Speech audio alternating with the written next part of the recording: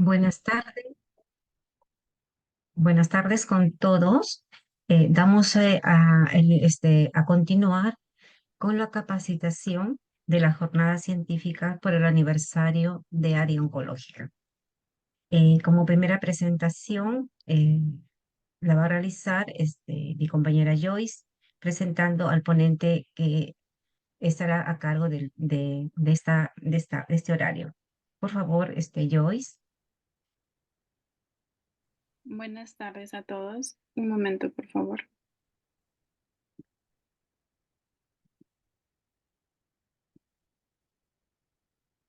Me avisan si se puede visualizar, por favor.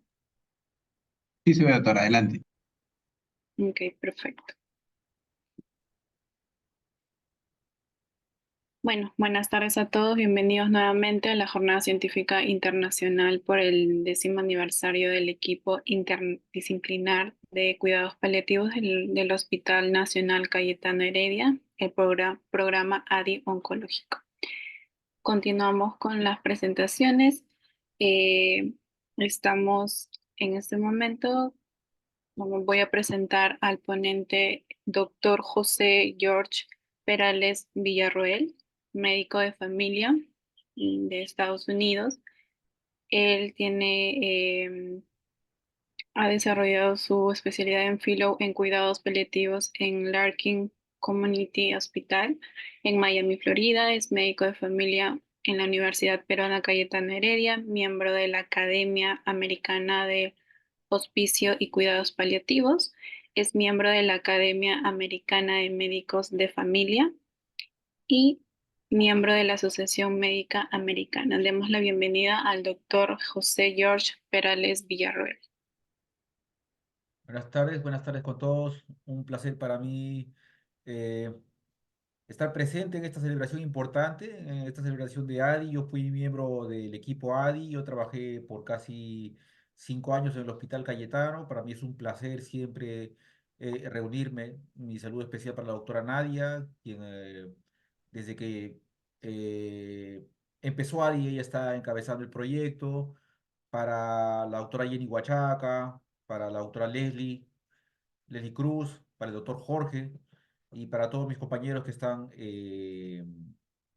digo mis compañeros porque todavía me siento parte del proyecto, ¿no? Y un abrazo fraterno a todos y que bueno, la noble labor que realizan siga realizándose y con esa pasión, con ese empeño que siempre le ponen. No sé si tienen las diapositivas ahí preparadas. Mm, o comparto mi pantalla. Sí, puede compartir, doctor. Ok, vamos a compartir la pantalla entonces.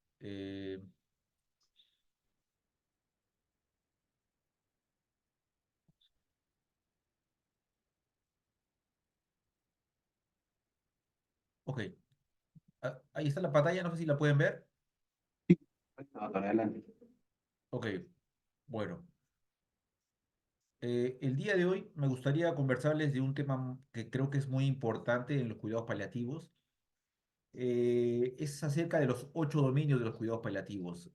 Para llevar unos cuidados paliativos de calidad a los pacientes y a las personas que reciben este servicio, necesitamos tener en cuenta estos 8 dominios. Y un poco, haciendo un poco de historia, bueno, ustedes saben, el año 67, 1967, Sadie Sanders funda el primer hospicio en Inglaterra. Luego esta experiencia es replicada también en Estados Unidos, luego en Canadá también. Se replican las mismas el sistema de hospicio, ¿no? Pero es en Estados Unidos en el año 82, 1982, en el que se da un quiebre bastante importante. Lo que sucede es que el gobierno nacional de Estados Unidos, a través del sistema Medicare, empieza a dar parte digamos, del beneficio o parte de la inversión que se hace al hospicio, sale del Estado, ¿no? Entonces, las personas que son elegibles para entrar en hospicios son las personas que tienen enfermedades terminales. Inicialmente se comenzó con cáncer. Las personas con cáncer, estadios avanzados, estadio 4, eran elegibles para entrar en este beneficio que era subvencionado o que era, digamos, en gran parte beneficiado o, digamos, la inversión venía de parte del Estado, ¿no? Eso es en el año 82. Luego, en el año 2006, eh, la Academia Americana de Especialidades Médicas reconoce a los cuidados paliativos como especialidad médica en el año 2006 y a partir de ahí se han dado desarrollando y se han difundido muchísimos programas de cuidados paliativos en Estados Unidos. Creo que hay más de 150 programas en Estados Unidos de cuidados paliativos entre hospitales universitarios y hospitales comunitarios. Y bueno, como les decía, es muy importante para llevar unos cuidados paliativos de calidad tener en cuenta estos 8 dominios. Estos dominios, haciendo un poco de historia, en el año 2002 en Estados Unidos se hace la primera reunión para desarrollar un consenso para los cuidados paliativos de calidad y se hace la primera guía de práctica clínica nacional de cuidados paliativos, que es la NCP Guidelines, ¿no? Que es en donde plantean primero los 8 dominios. En el 2012 es la primera reunión y no es hasta el 2004 donde se publica la primera edición de estas guías, de la NCP, ¿no? Es por primera vez en el 2004 en que se habla de hospicio o de cuidados paliativos o se desarrolla el marco teórico para los cuidados paliativos de calidad, ¿no? En el año 2004 se publica la primera edición, en el 2009 se publica la segunda edición que básicamente se enfoca en el crecimiento y transformación de hospicio y de cuidados paliativos, y ya desde 2012 estaba planteando los 8 dominios de cuidados paliativos, ¿no? En 2013 se publica la tercera edición, que básicamente se enfoca en continuidad, consistencia, calidad de la atención, y se hace un énfasis en hospitalización de pacientes pediátricos. Y en el año 2018 se publica, si no estoy mal, la última edición, que es la cuarta edición de cuidados paliativos, que básicamente se enfoca en la comunidad y en pediátrica, ¿no? Cuidados paliativos comunitarios y pediátricos, ¿no? Siempre teniendo en cuenta los 8 dominios de los cuidados paliativos. Para ponerles un ejemplo, bueno, para empezar a desarrollar el tema, el primer dominio de los cuidados paliativos es la estructura y proceso. ¿A qué se refiere con la estructura y el proceso? La estructura y proceso se refiere a la conformación del equipo interdisciplinario. No olviden que los cuidados paliativos es un trabajo en equipo. La base de los cuidados paliativos es el trabajo en equipo y es aquí en este dominio de estructura y proceso donde se conforma el equipo multidisciplinario, ¿no? También se da el soporte emocional al equipo interdisciplinario, que básicamente está conformado por médicos, por enfermeras, por nutricionistas, por psicólogos, por trabajadores sociales, cuyo rol es muy importante, ¿no? Se define el lugar, se da la educación primero al personal que va a dar los cuidados paliativos y luego a los pacientes también. Se hace la evaluación completa, el plan de cuidado, ¿no? Acá en Estados Unidos hay un principio ético bastante importante que es el principio de autonomía, ¿no? Y lo que se hace es planificar con anticipación qué es lo que va a venir o qué tipo de cuidado la persona o el paciente desea recibir, ¿no? Esa es la planificación anticipada de cuidados. Y la educación en trayectoria de enfermedad. Nosotros como médicos de cuidados paliativos tenemos el deber y la obligación de tratar de ver en qué fase de la enfermedad estamos, ¿no? En dónde estamos parados con nuestro paciente y con la enfermedad, ¿no? O sea, tratar de predecir cuál va a ser el resultado de nuestra intervención y de la enfermedad. Eso se llama educación en trayectoria de la enfermedad, ¿no? Acá les puse unos ejemplos de básicamente de planificación anticipada, de voluntades anticipadas. Hay muchos documentos en Estados Unidos que se desarrollan para la planificación anticipada. Bueno, en realidad no muchos. Lo que pasa es que cada estado tiene un documento específico. Acá les he puesto dos ejemplos. Uno que es el 5 deseos o Five Wishes, que como ustedes pueden ver en la imagen, pueden apreciar que, digamos, la persona decide quién va a ser la encargada de tomar decisiones, el tipo de tratamiento que va a desear recibir esa persona, el grado de comodidad que quiere tener la persona, el trato que desea recibir, ¿no?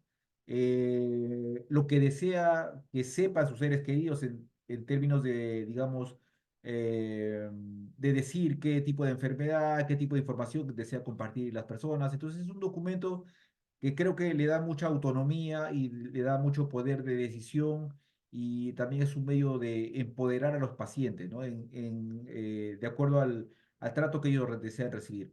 El otro documento que ven a la derecha es el POLS, que traducido sería como la orden médica para tratamientos de soporte de vida, que básicamente es un formato también que es muy parecido al formato de 5 deseos, que es donde también se colocan las decisiones o las voluntades anticipadas de la persona, ¿no? Si la persona quiere recibir compresiones cardíacas, quiere recibir resucitación o intubación, si quiere recibir diálisis en el caso de enfermedad renal crónica, terminal, si desea, digamos, recibir, digamos, métodos invasivos o desea prescindir de esos métodos invasivos para continuar, digamos, con su vida, ¿no? Son instrumentos o herramientas que básicamente lo que hacen es empoderar o dar mucho énfasis al principio ético de autonomía en los pacientes viviendo con enfermedades serias, ¿no?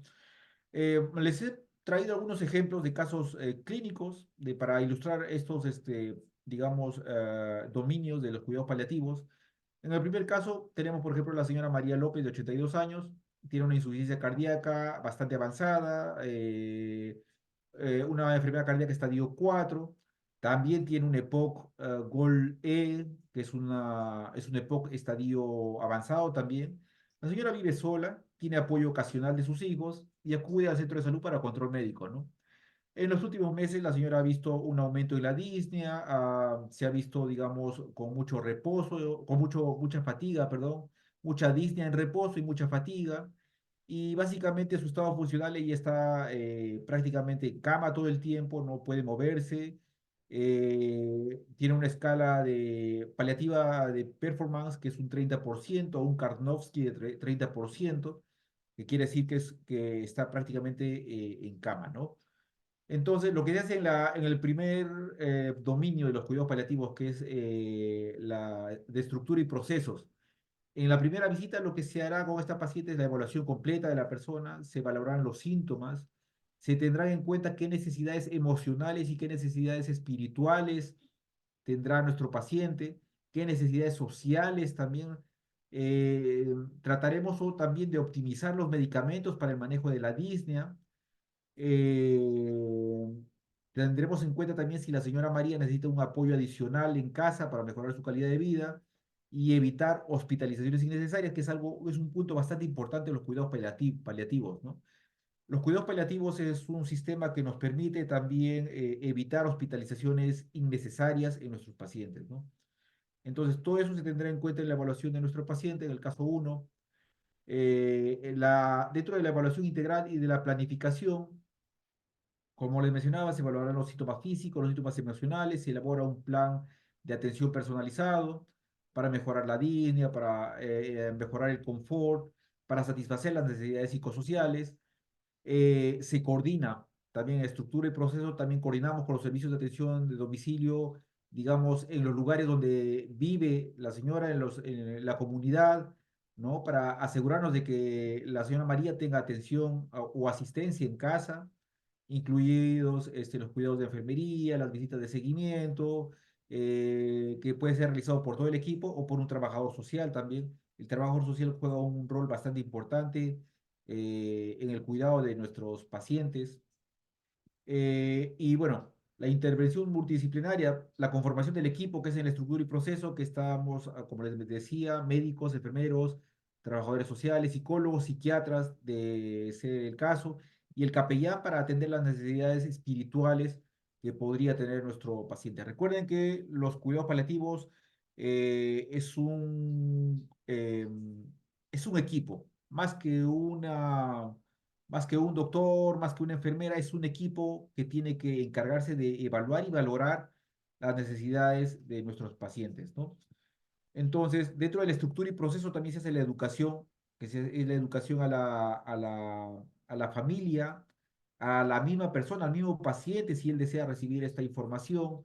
Lo que se hace es educar en trayectoria de enfermedad. Como les decía, es muy importante para nosotros saber dónde estamos parados, saber dónde estamos, en qué etapa de la enfermedad estamos, hacia dónde vamos, es muy importante. Y este es un gráfico de la estructura, perdón, de la trayectoria de enfermedad, que es un gráfico clásico de falla de órgano, ¿no? Acá bien ven la línea roja, es un gráfico de falla de órgano, que es básicamente el declive que se va dando en nuestro paciente en el eje Y. Ustedes pueden ver el funcionamiento que tiene la persona, en el eje de la X, ustedes ven que es el tiempo. Entonces, este gráfico, digamos, nos dice cómo es la trayectoria de la enfermedad en un paciente que tiene falla de órgano, ¿no?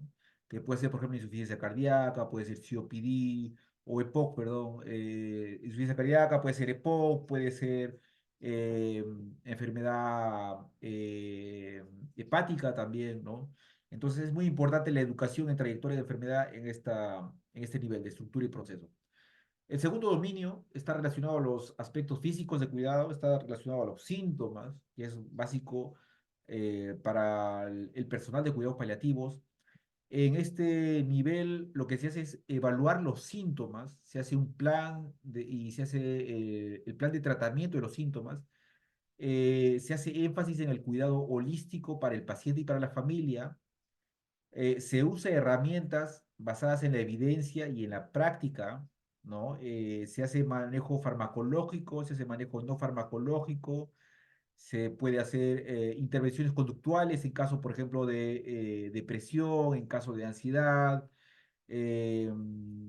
Podemos hacer uso también de medicina complementaria, ¿no? Ahora, más que nunca, yo creo que el énfasis en la medicina complementaria está bastante en boga, no solamente en nuestros países latinoamericanos, sino también en los países desarrollados. Y lo que se hace es una optimización del estado funcional y de la calidad de vida. No se olvide, es muy importante tener en cuenta que tratar la enfermedad adecuadamente, si es una insuficiencia cardíaca, si es un EPOC, por ejemplo, si es una enfermedad hepática, si es un cáncer, la optimización del tratamiento, dar los medicamentos adecuados en el tiempo adecuado, en la cantidad adecuada, no sobremedicar a los pacientes, tener un uso racional de los medicamentos. Esa intervención también está tratando los síntomas. O sea, tener una medicación adecuada en el tiempo adecuado es también tratar los síntomas. No solamente es dar los medicamentos que obviamente ayudan muchísimo a los síntomas, pero también es optimizar los medicamentos que nuestros pacientes o las personas con las enfermedades serias que venimos tratando están teniendo, ¿no? Entonces, por ejemplo, en el caso 2 tenemos al señor Juan García, 75 años, diagnóstico, tiene una insuficiencia renal crónica, estadio 5. Él decidió para cuidados anticipados no iniciar tratamiento de diálisis, ¿no? Es una persona con enfermedad renal crónica, básicamente terminal, ¿no? Que decide no tener diálisis, no realizarse las diálisis. Entonces, bueno, él tiene como síntomas fatiga severa, náuseas frecuentes, dolor en articulaciones, insomnio, tristeza recurrente, desánimo. Nuestro paciente Juan García vive con su esposa, que también tiene limitaciones de movilidad y dificultad para asistirlo en el cuidado diario. Entonces, en la evaluación y manejo de síntomas, primero lo que tenemos que hacer es ajustar la medicación de nuestro paciente, tratar de controlar las náuseas y el dolor articular. Las náuseas es muy prevalente cuando tenemos un paciente con enfermedad renal. Tenemos que tratar de aliviar el dolor, ¿no? De manera eficaz y minimizar la carga de los efectos secundarios. En este caso, por ejemplo, en enfermedad renal podemos usar un opioide para el dolor que, digamos, tenga pocas interacciones o, digamos, pocos efectos adversos en caso de enfermedad renal, como por ejemplo puede ser la hidromorfona, es una idea. Entonces, las intervenciones no farmacológicas para fatiga e insomnio, podemos, por ejemplo, usar la fisioterapia ligera, la implementación de técnicas de relajación antes de dormir, ejercicio de respiración y prácticas de medicación. Es decir, tenemos que echar mano de todos los recursos que podemos contar dentro del equipo para poder aliviar los síntomas que pueda tener nuestro paciente, ¿no? Igual también podemos ayudar a nuestro paciente con la nutrición y con el bienestar físico, ¿no? Ajustando la dieta, por ejemplo, minimizando el malestar gastrointestinal, mejorando la energía, digamos, viendo cuáles son las necesidades alimentarias de nuestro paciente de acuerdo a la condición que él tiene, ¿no? La condición renal que él tiene y también optimizando el manejo de los síntomas y el manejo paliativo, ¿no? Es importante, también siempre es importante la capacitación a la familia, el manejo en cuanto al manejo de medicamentos y la optimización de este manejo con las visitas domiciliarias, ¿no? Recuerden, como les decía al principio de este dominio, que optimizar el manejo de las enfermedades, obtener el medicamento adecuado en el momento adecuado, en las dosis adecuadas, sin sobremedicar al paciente, es también tratar los síntomas, ¿no? En el dominio 3 tenemos los aspectos psicológicos y los aspectos psiquiátricos, ¿no? Acá en Estados Unidos, por lo menos en Florida, en Miami, donde estoy trabajando, el rol del trabajador social es muy importante. Eh, Todo el equipo de cuidados paliativos tiene que involucrarse en los aspectos psicológicos y psiquiátricos de nuestros pacientes, ¿no? Eh, Básicamente en este aspecto, el trabajador social, psicólogos, psiquiatras tienen un rol bastante importante, ¿no? Es importante soporte en los aspectos psicológicos, el abordar el duelo anticipatorio, el duelo, el luto, evaluar si no hay síntomas de ansiedad, si no hay síntomas de depresión. Tenemos muchos pacientes también que no solamente tienen ansiedad y depresión como causa de su condición seria, sino que ya vienen con una carga de enfermedad importante, enfermedad bipolar, consumo de sustancias, alcohol, otro tipo de sustancias también. Entonces, es importante también abordar ese aspecto en nuestros pacientes y en las personas, ¿no? Y dependiendo de las necesidades de nuestros pacientes, tendremos que evaluar un plan y elaborar un plan de tratamiento en cuanto a los aspectos psicológicos y psiquiátricos de nuestros pacientes. Ese es el dominio 3. El dominio 3. Por ejemplo, acá tenemos el caso 3 de la señora Carmen Martínez. Es una paciente o es una persona de 68 años con diagnóstico de cáncer de páncreas, estadio 4 con metástasis hepática. El pronóstico es reservado, por no decir que es un pronóstico malo. Tiene síntomas de ansiedad, tristeza profunda y sensación de aislamiento, ¿no? La señora vive sola, recibe visitas frecuentes de sus dos hijas adultas, quienes la apoyan emocionalmente y bueno, ellas también, debido a la carga emocional, se sienten abrumadas y preocupadas por no saber cómo ayudarla en esta etapa, ¿no? Entonces, en el dominio 3 lo que hace es una evaluación psicológica integral. Dentro de la evaluación se incluyen algunos instrumentos basados en la evidencia, como les decíamos al principio. Por ejemplo, en el caso de nuestra paciente, se hace un PHQ-9 con 25 puntos, una evaluación de ansiedad, una escala para ansiedad también, que tiene 18 puntos. Entonces, concluimos que la señora tiene un alto nivel de ansiedad y tiene tristeza por despedirse de sus hijas, ¿no? Se siente sola también, lo cual intensifica también sus emociones. Plan para la señora Martínez, básicamente se comienza con terapia para manejar ansiedad y depresión. Prescribimos también antidepresivos, puede ser, por ejemplo, inhibidores de la recaptación de serotonina para depresión y trazodona para insomnio.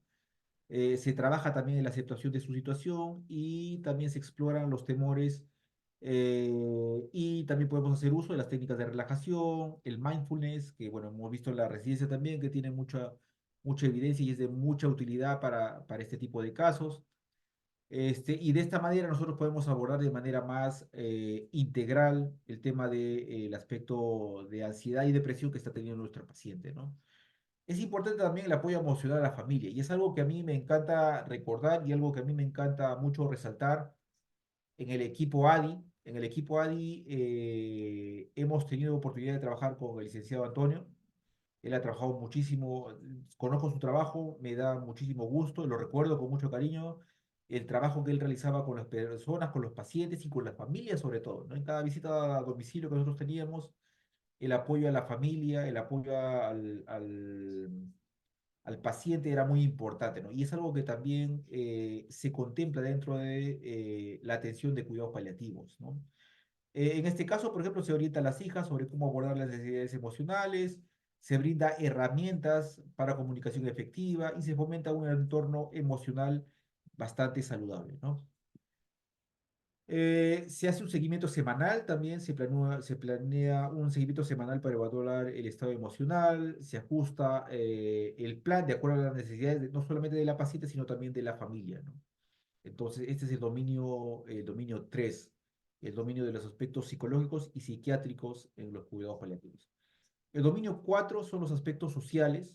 Básicamente acá es un tema tal vez muy extenso, tal vez es un tema muy muy amplio también, que son los determinantes sociales de la salud, ¿no?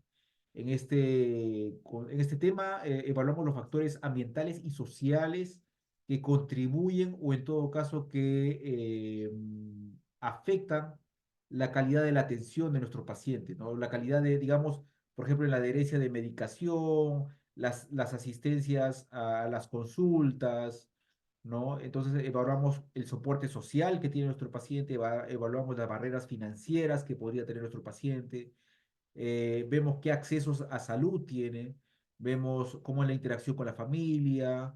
En este aspecto también vemos la transferencia a proveedores locales y comunitarios, ¿no? Y como les remarcaba también, el rol del trabajador social en este aspecto también es muy importante en las evaluaciones que se hacen a las personas, ¿no? A nuestros pacientes. Para ilustrar este dominio 4 que es el dominio de los determinantes sociales de la enfermedad, tenemos al señor Pedro Fernández, de 80 años. Él tiene un diagnóstico de enfermedad pulmonar obstructiva crónica, un EPOC, que es un GOL-E, un estadio avanzado. Tiene síntomas de línea severa y fatiga constante. El Karnofsky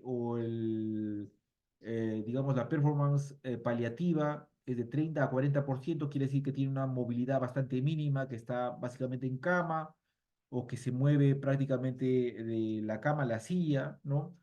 El señor Pedro vive con su esposa, quien también tiene limitaciones físicas y no puede brindar el nivel de cuidado que necesita. Y él, como cuidados anticipados, digamos, ha manifestado el deseo de pasar sus últimos días en casa, evitando en lo posible hospitalizaciones que podrían ser innecesarias, ¿no? Entonces, lo que se hace es la evaluación de las necesidades sociales y ambientales. Va un trabajador social, evalúa el entorno en el hogar del señor Fernández, identifica las limitaciones de movilidad, de recursos financieros y necesidades de, digamos, un cuidador adicional. En este punto me gustaría detenerme para comentarles cómo es el sistema de hospicio acá en Estados Unidos. El sistema de hospicio es una filosofía, ¿no? El hospicio es una filosofía que se da a los pacientes con enfermedades terminales. Y el Estado destina dinero, cierta cantidad de dinero, para tratar el último estadio, el último tramo de la vida de muchas personas que adquieren este beneficio, ¿no? Entonces, por ejemplo, en el caso de este señor Fernández, el Estado se encargará de darle, por ejemplo, los supplies, las sillas, las camas que él necesita, el concentrador de oxígeno si lo necesita, se encargará de darle, por ejemplo, el cuidador adicional, ¿no?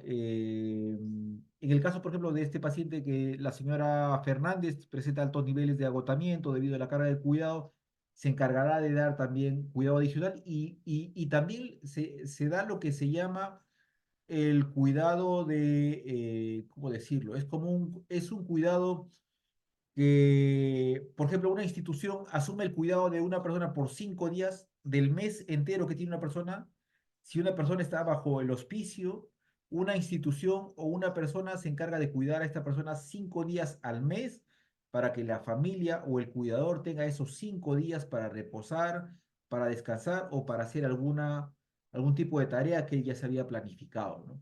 Entonces, pero como les digo, es una política de Estado, es parte del sistema de hospicio, ¿no? Que, digamos, da este beneficio a las personas que necesitan asistencia en los últimos días de sus vidas, ¿no? Lo que se hace en el caso del señor Fernández, se gestiona la inclusión del señor Fernández en un programa de atención domiciliaria, que en Estados Unidos sería el hospicio, que proporciona ayuda diaria de un cuidador que lo asiste en aseo, alimentación, movilización, aliviando la carga de la esposa, ¿no? Que en este caso, como les digo, en el caso de Estados Unidos sería el hospicio, la filosofía de hospicio, ¿no? En las adaptaciones en el lugar, como les mencionaba, se cuenta con equipos, se provee con equipos, concentrador de oxígeno, cama hospitalaria, ¿no? De tal manera que se adapta a la casa del señor Fernández para que él esté cómodo en su hogar y minimizar las hospitalizaciones que podrían ser innecesarias, dado las voluntades anticipadas del señor Fernández, ¿no? Y el apoyo de la esposa, el equipo interdisciplinario El trabajador social, el psicólogo, se encarga de el apoyo emocional a la señora Fernández. También se le enseña técnicas básicas de cuidado. Eh, Básicamente es una labor o es una tarea que tiene que tener el equipo interdisciplinario, ¿no? En cuanto a los accesos de recursos financieros, también se gestiona recursos financieros mediante la vinculación a un programa de apoyo económico, que como les digo, en este caso sería el hospicio. Se le conecta con grupos de apoyo local para que puedan recibir también acompañamiento en el proceso de cuidado, ¿no? Llegamos al dominio 5 que es bastante importante también y que es bastante especial también, que es el aspecto espiritual, que es el aspecto religioso y es el aspecto existencial, ¿no? Eh, Todos sabemos que el aspecto espiritual, el aspecto religioso es un aspecto dinámico y es un aspecto intrínseco. Cada cultura, cada país tiene sus propias visiones religiosas, sus propias visiones espirituales también, ¿no? Eh, es tarea del equipo multidisciplinario también conocer cuáles son esos aspectos espirituales, cuáles son esos aspectos religiosos que, digamos, envuelven al paciente y a toda la familia, ¿no? Y lo que se hace es, por ejemplo, acá las compañías de hospice, de hospicios que tenemos acá en Estados Unidos, siempre cuenta con un capellán, ¿no? Con un capellán que puede ser un cura, puede ser un pastor, puede ser un rabí en el caso de nuestros hermanos judíos, puede ser un imán también, por ejemplo, en el caso de nuestros hermanos musulmanes, ¿no? Y siempre se tiene en cuenta este aspecto espiritual, este aspecto religioso, este aspecto existencial, ¿no? Y en base a este aspecto religioso y espiritual es que también se toman muchas decisiones al final de la vida, ¿no? Tiene mucho que ver en el tema de las decisiones, por eso es importante conocerlas y por sobre todas las cosas respetarlas, ¿no? El respeto de la religiosidad, del aspecto espiritual es bastante importante en este punto, ¿no? Por ejemplo, tenemos el caso de la señora, el caso 5, el caso de la señora Ana Morales, es una señora de 72 años, diagnóstico tiene un cáncer de pulmón estadio 4 con metástasis, y ha sido informada que no es candidata para recibir quimioterapia ni radioterapia, ¿no? Entonces, en cuanto a los cuidados anticipados, la señora Morales ha manifestado el interés de hablar sobre sus valores y deseos para el final de su vida, especialmente para asegurarse de que sus decisiones sean respetadas, ¿no? Ella vive con su hijo, quien, aunque desea apoyarla, se siente incómodo hablando de temas relacionados con la muerte y la planificación de los cuidados, ¿no? Entonces vemos que la señora Morales tiene deseos de repente que son claros, ¿no? Pero el hijo, digamos, está un poco dubitativo, no quiere, digamos, abordar mucho el tema del final de la vida, ¿no? Entonces, primero, elaboración espiritual y cultural, un capellán, en el caso de los hospicios acá en Estados Unidos, usamos el capellán. Un capellán del equipo conversa con la señora Morales para comprender su perspectiva espiritual y cultural sobre el final de la vida, ¿no? En este caso, la señora Morales comparte que, como católica practicante, considera que es importante recibir los últimos sacramentos y tener un tiempo de oración con sus seres queridos, ¿no? Ese es el deseo de la señora Morales. Para explorar los valores y los deseos, la trabajadora social organiza una reunión con la señora Morales y con su hijo. La señora Morales expresa su deseo de tener una muerte tranquila, sin dolor en su hogar y rodeada de su familia. Y también se aborda el tema de su voluntad anticipada, confirmando que desea no ser sometida a medidas de soporte invasivo, como por ejemplo intubación, como resucitación, ¿no? Entonces, lo que se hace es brindar el apoyo emocional y brindar el apoyo espiritual. El capellán realizará, junto con el equipo, realiza visitas regulares, brindando un espacio para explorar preocupaciones y temores, ¿no? Y para también buscar consuelo en la fe. Algo muy importante de la fe y de la espiritualidad es que nos da ese apoyo, ese soporte en los momentos que son más difíciles, ¿no? Como las personas viviendo con enfermedades serias en los últimos tramos de su vida, ¿no? Y a la señora Morales se le informa sobre la posibilidad de recibir los últimos sacramentos y se coordina con el sacerdote de su parroquia para que pueda darle los sacramentos que ella necesita en esta etapa de su vida, ¿no? En cuanto a la orientación y el apoyo al hijo, el equipo de cuidados paliativos ayuda a la señora, primero al hijo de la señora Morales a entender la importancia de respetar los deseos de su madre y también se le brinda orientación sobre cómo acompañarle en este proceso, ¿no? Y también se le anima a escucharla y a respetar sus decisiones y se le ofrece apoyo psicológico para ayudarlo a recuperar o a superar sus propios miedos, ¿no? Es importante entonces el apoyo espiritual, el apoyo religioso, ¿no? Como, digamos, soporte para los pacientes y también respetar esas creencias y respetar esas, digamos, visiones religiosas es muy importante para afrontar este último tramo de la vida, ¿no? En cuanto a planificación del ritual de despedida, la señora Morales expresa su deseo de tener un pequeño ritual de despedida con los familiares cercanos y el equipo organiza este espacio facilitando un entorno íntimo en el hogar donde pueda recibir a sus familiares y amigos para poder despedirse y encontrar la paz, ¿no? Es finalmente cómo se realiza este aspecto espiritual, este dominio 5 de dominio espiritual y religioso. El dominio 6 es otro dominio que también es muy importante, el dominio de los aspectos culturales, dominio 6. Básicamente, cultura o el aspecto cultural se refiere a los valores, a las creencias y a las tradiciones que puede tener una persona o un paciente, ¿no? Básicamente lo que buscamos en esta evaluación es la comunicación, si la persona es capaz de comunicarse con nosotros, con el equipo. Puede ser un equipo, por ejemplo, en el caso del Perú, puede ser el equipo que está establecido en una zona y de repente hay una familia que no habla español, sino habla de repente quechua o de repente habla aymara, entonces es necesario abordar también ese punto, ¿no? O de repente hay un equipo en el mundo que está en otra parte del mundo, por ejemplo, está en España, hay un equipo interdisciplinario que está en España y tiene digamos, una familia que no habla el español, que habla de repente otra lengua, ¿no? Entonces es importante que el equipo se adapte también a ese aspecto cultural, ¿no? Se adapte a la lengua, se adapte un poquito a la cultura para poder hacer más llevadero esta etapa, ¿no?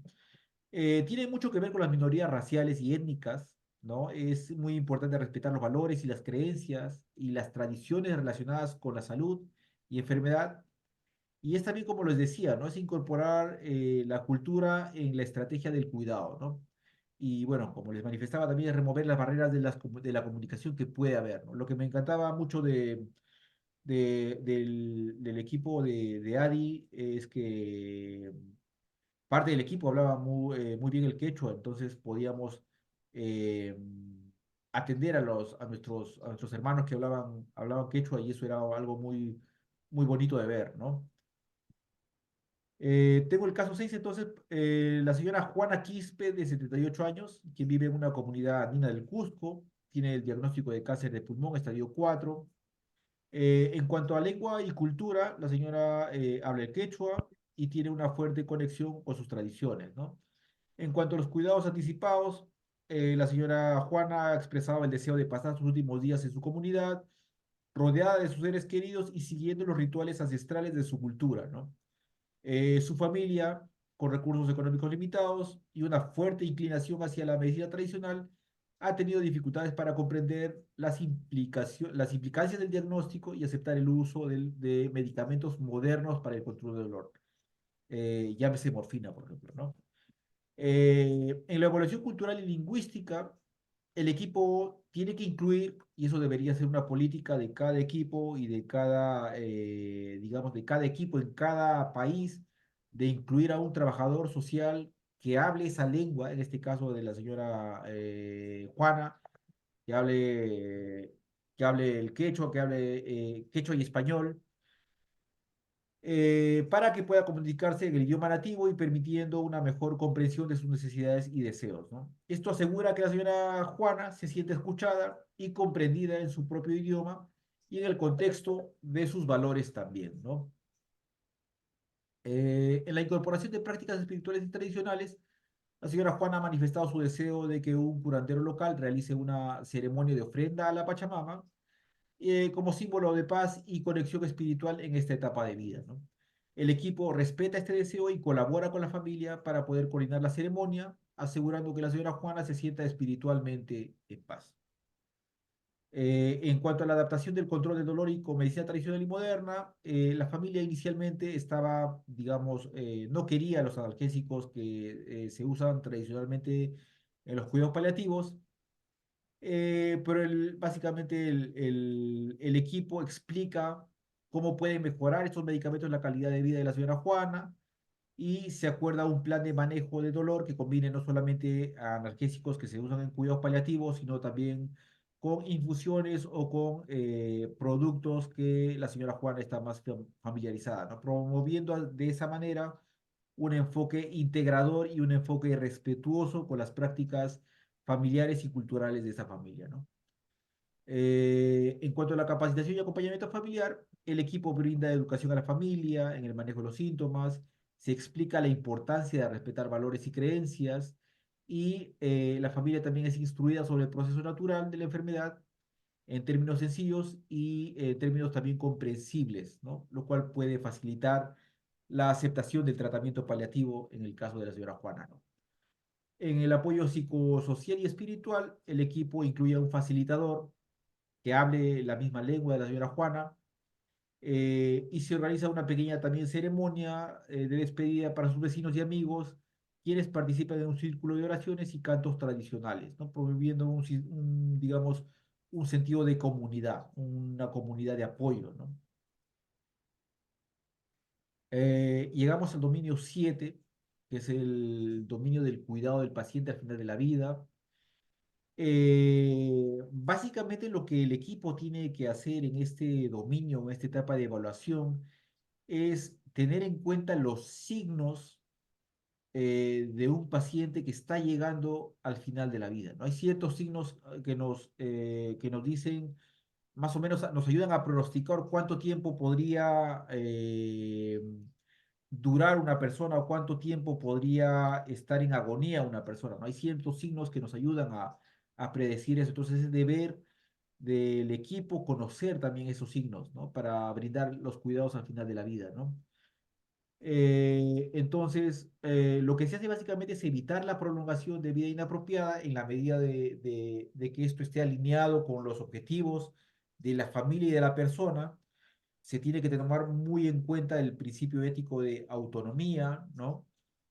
En el caso de que se cuente con un sistema de hospicio, también el acceso al hospicio tiene que ser facilitado, y promover una muerte digna, en paz y con mucho respeto, ¿no?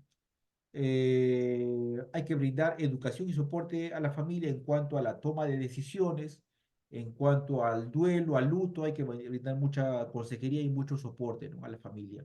Antes de que ocurra el fallecimiento de la persona o el paciente y también después, ¿no? Hay que hacer el seguimiento con la familia. Les traje el caso 7, por ejemplo, el señor Antonio Vilca, tiene 83 años, tiene un diagnóstico de insuficiencia cardíaca avanzada, estadio 4, tiene una demencia tipo Alzheimer también, una escala de FAS de 7A, quiere decir que está, eh, básicamente usa pañales, no puede ir al baño solo. Vive en un pequeño pueblo de la Sierra de Perú, donde sus hijos y nietos le brindan apoyo, ¿no? En cuanto a los cuidados anticipados, el señor Antonio Vilca, a pesar de que tiene acceso limitado a servicios de salud, él ha expresado su deseo de permanecer en casa hasta el final, rodeado de su familia y de su entorno rural, de su entorno social, ¿no? Sus hijos desean respetar este deseo, pero se sienten inseguros sobre cómo brindarle el cuidado necesario en esta etapa. En cuanto a la planificación de cuidado del hogar, dado que nuestro paciente, el señor Antonio, desea permanecer en casa, el equipo trabaja con la familia para crear un plan de cuidados que incluya visitas regulares y apoyo telefónico para el manejo de síntomas. Y también se organiza la entrega de cama hospitalaria, oxígeno portátil, que como les digo, en el caso de acá de Estados Unidos, la provisión de estos equipos lo hace el hospicio, que es un beneficio del Estado. Y bueno, se provee equipos como oxígeno, como cama, para mejorar la comodidad de nuestro paciente, en este caso el señor Antonio Vilca, para promover la comodidad del paciente en el hogar, ¿no? El señor Antonio en el hogar. El manejo de síntomas para el control de dolor y disnea, se optimiza el manejo de insuficiencia cardíaca, se le ponen los medicamentos en el que el señor debería estar, un bloqueador, beta bloqueador, tenemos que usar este sacubitril valsartán, tenemos que colocar también diuréticos, furosemide, espironolactona, de repente para manejo de disnea, morfina, bajas dosis. Y se le enseña también a la familia cómo observar signos de incomodidad o dificultad respiratoria, ¿no? Se le brinda apoyo de un enfermero comunitario y se le instruye en cuanto a los cambios de respiración, las variaciones de los niveles de conciencia, signos de hipotensión, signos en cambios de la alimentación, cuando van reduciendo la alimentación. Todo eso se le explica a la familia para que ellos también se den cuenta cuando estamos próximos a que nuestro paciente eh, llegue a morir, ¿no? Entonces se hace el apoyo emocional y acompañamiento familiar. Comprendiendo la carga emocional de los familiares, el equipo de cuidados paliativos ofrece sesiones de apoyo que puedan expresar sus inquietudes, temores y dudas. Y estas sesiones permiten a los hijos del señor Vilca sentirse más capacitados para cuidar de él, así como para manejar las emociones de esta etapa final, ¿no? En la preparación para el final de la vida, en este caso la trabajadora social ayuda a la familia a prepararse para el proceso de fallecimiento del señor Antonio y se explica los posibles cambios que se experimentará, como por ejemplo, y también se les explica cómo acompañarlo en sus últimos momentos, ¿no? En cuanto al apoyo espiritual y cultural, el señor Antonio ha expresado su deseo de recibir la visita de un sacerdote local, de recibir los últimos sacramentos.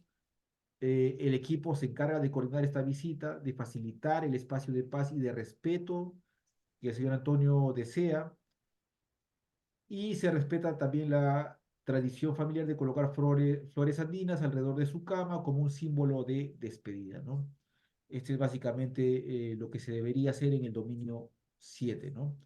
En cuanto a los cuidados del proceso de muerte y duelo, al llegar el momento del fallecimiento, el equipo de cuidados paliativos permanece en contacto con la familia para orientarlos en los pasos a seguir y se ofrece el apoyo en el duelo a los hijos y a toda la familia, siempre respetando las costumbres y ayudándolos también a comprender este proceso de pérdida, ¿no? Es el acompañamiento que se les brinda a la familia. En el dominio 8, que ya vamos llegando al final, el dominio 8 que es en los aspectos éticos y legales. En medicina, desde muy temprano, a nosotros nos enseñan que tenemos 4 principios éticos principales, que son el principio de autonomía, el principio de justicia, el principio de beneficencia, de no maleficencia. Esos son los 4 principios éticos claves en medicina y que lo aprendemos en la escuela de medicina, ¿no?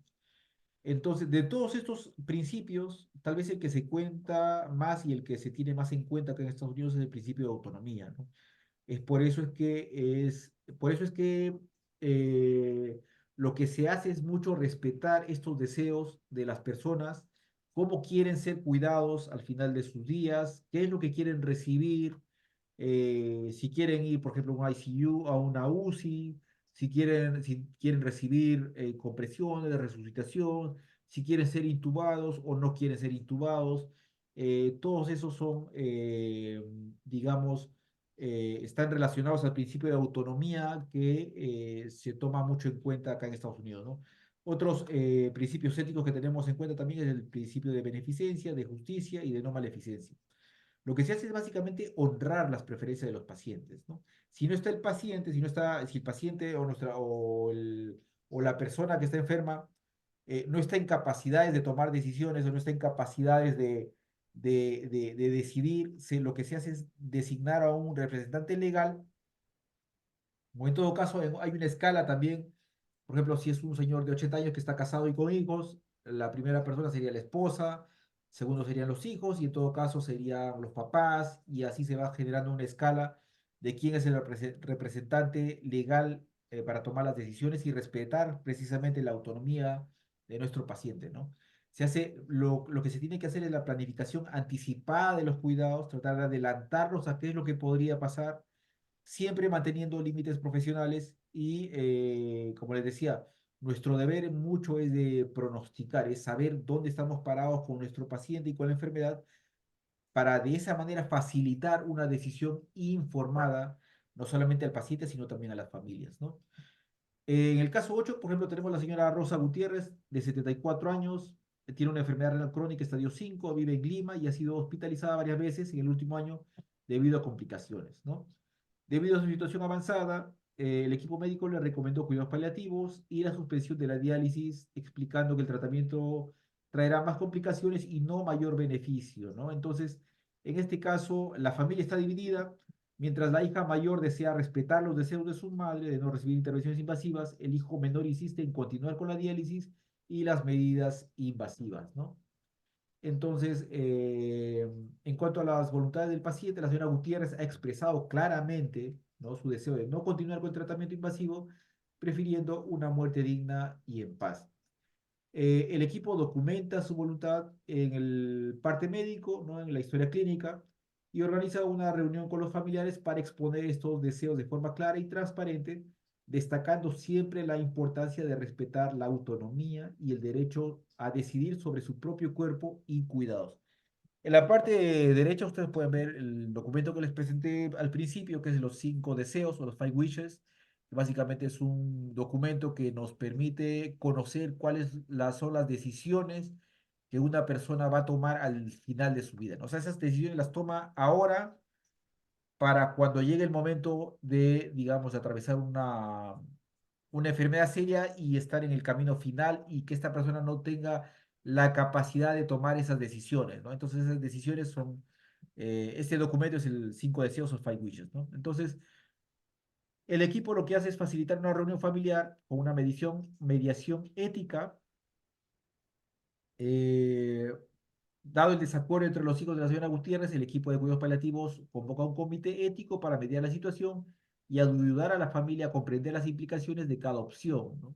En esta reunión se escuchan las opiniones de ambos hijos y se clarifican los derechos de la paciente, así como el impacto emocional y físico de prolongar el tratamiento contra sus deseos. La trabajadora social y el médico especialista en paliativos brindan apoyo emocional a ambos hijos, ayudándolos a procesar la situación y explicando los conceptos de beneficio y de futilidad en el contexto de atención paliativa. Entonces,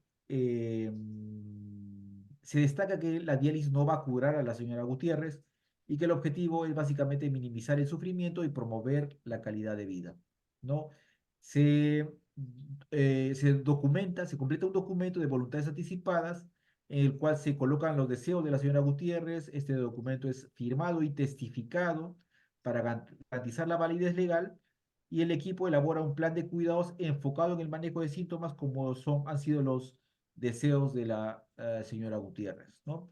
El equipo informa a los familiares sobre la Ley General de Salud y Ley de Derechos de los Pacientes en Perú, que establece el derecho de los pacientes, en este caso de la señora Gutiérrez, a decidir sobre su propio tratamiento, ¿no? Es un, digamos que no solamente no tendría una implicancia ética, sino también, en todo caso, tendría una implicancia legal, ¿no? Y se explican las implicaciones, como les digo, legales de no respetar las decisiones, subrayando la importancia de respetar la autonomía de cada paciente, ¿no? Eh, en los últimos días, la señora Gutiérrez recibe cuidados en su hogar, acompañada por su familia y el equipo de paliativos, y la familia es apoyada emocionalmente en el proceso de despedida. Y tras el fallecimiento, el equipo ofrece apoyo en el duelo, especialmente para su hijo menor, quien necesitaba más tiempo para aceptar esta decisión, ¿no? Él dijo que estaba en desacuerdo. Y finalmente, voy a darles algunos datos y cifras de la Organización Mundial de la Salud. La Organización Mundial de la Salud dice que los cuidados paliativos mejoran la calidad de vida de los pacientes y de las familias cuando afrontan enfermedades potencialmente mortales. Anualmente, 40 millones de personas necesitan cuidados paliativos y el 78% de esos 40 millones viven en países de ingreso bajo e ingreso mediano. Vale decir, gran parte de Latinoamérica. Y 14% de personas que necesitan los cuidados paliativos la reciben. O sea, el 14% de todas estas personas que deberían recibir cuidados paliativos, solamente el 14% la reciben. Otro problema que enfrentan los cuidados paliativos actualmente es la excesiva restricción que existe al uso de morfina y otros medicamentos, ¿no? Que son bastante necesarios para el manejo de síntomas. La falta de información de profesionales de la salud, la falta de formación y de información, no solamente a profesionales de la salud, sino también a las personas. La educación, la necesidad de educación a los profesionales de salud y a los pacientes, a las personas sobre los cuidados, la importancia de los cuidados paliativos. Es muy necesaria la formación. Y lo que proyecta la Organización Mundial de la Salud es también que se incrementará. La necesidad de cuidados paliativos se van a incrementar porque las enfermedades se van haciendo crónicas.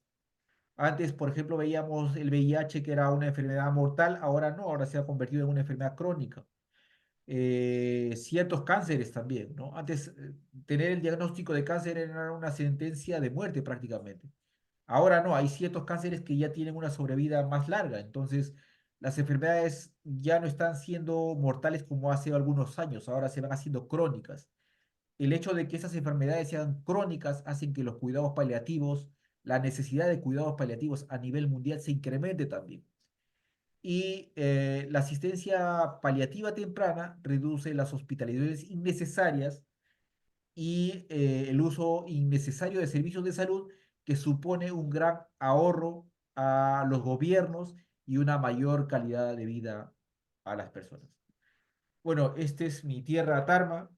Eh, Esto es todo lo que yo quería decirles el día de hoy. Les reitero mis felicitaciones y mi abrazo fraterno a todo el equipo ADI y mis deseos de que continúen con este proyecto noble y cuenten conmigo. Yo estoy disponible para seguir brindando desde donde esté, brindar mi granito de arena con el proyecto de ADI y con el Hospital Cayetano. Muchas gracias.